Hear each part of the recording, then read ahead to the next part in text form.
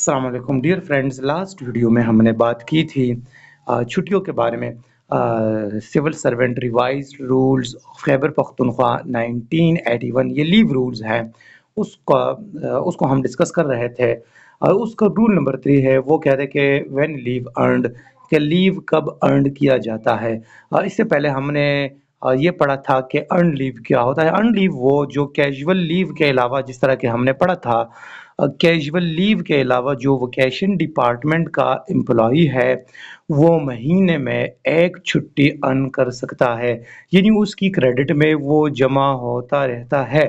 और जो non vocation department का एम्प्लॉई है तो वो महीने में 4 छुट्टियाँ कैजुअल लीव के अलावा अर्न कर सकता है, और उसकी क्रेडिट में वो जमा होते रहते हैं ये 4 छुट्टियाँ। वो इसको किसी भी टाइम अवेल कर सकता है। अभी किस तरह अवेल करेगा, अगर हम रूल नंबर ये 4 पढ़े तो यहाँ पे कहते हैं कि अगर किसी गवर्नमेंट एम्प्लॉय के बहुत ज़्यादा, अगर फॉर एग्जांपल 10, 20, 40, 50, 60, 70, 80, 100 वगैरह तक उसकी क्रेडिट में छुट्टियां हैं जो उसने अर्न की है तो वो एक टाइम में वो इतनी छुट्टियां अवेल कर सकता है। लेकिन अगर इससे ज़्यादा है, मतलब जितनी भी ज़्यादा है, 300, 400 जितनी भी है, लेकिन उसमें रूल्स ये हैं कि वो विद फुल पे के साथ वो 120 डेज तक एट अ टाइम एक ही एप्लीकेशन, एक ही ऑर्डर पे, जो उसका कॉम्पिटेंट अथॉरिटी है वो जब ऑर्डर पे इस एम्प्लॉय को छुट्टियां दे दे तो वो एक ही ऑर्डर पे 120 डेज तक छुट्टियां कर सकता है। अगर 120 डेज से ज़्यादा उसकी क्रेडिट पे अर्न लीव्स हैं, जब वो 120 डेज तक छुट्टियां अवेल करे तो फिर रूल्स ये हैं, ये फुल पे है, लीव विद फुल पे, इसको पूरी सैलरी मिलती रहेगी। लेकिन अगर हम ये देखें तो इसमें सिर्फ दो अलाउंसेस जो है ना वो काटे जाएंगे। एक कन्वेंस अलाउंस काटा जाएगा, और एक जो है ना उसका, जो फॉर एग्जांपल अगर टीचर है तो उससे टीचिंग अलाउंस, अगर फॉर एग्जांपल ऑडिटर है तो उससे ऑडिट अलाउंस। इस तरह जो स्पेसिफिक वो अलाउंस है, और साथ में कन्वेंस अलाउंस ये लाजमी काटा जाएगा। इसके अलावा जितनी भी अलाउंसेस बेसिक पे वगैरह है वे ये विद फुल पे उसको दिया जाएगा। 120 दिन के बाद अगर उसके क्रेडिट में और भी छुट्टियां हैं और वो विद फुल पे अवेल करना चाहता है कि मैं ये भी विद फुल पे अवेल करूं, तो वो फिर से अपनी ड्यूटी को ज्वाइन करेगा, और ज्वाइन करने के बाद वो फिर से एप्लीकेशन देगा।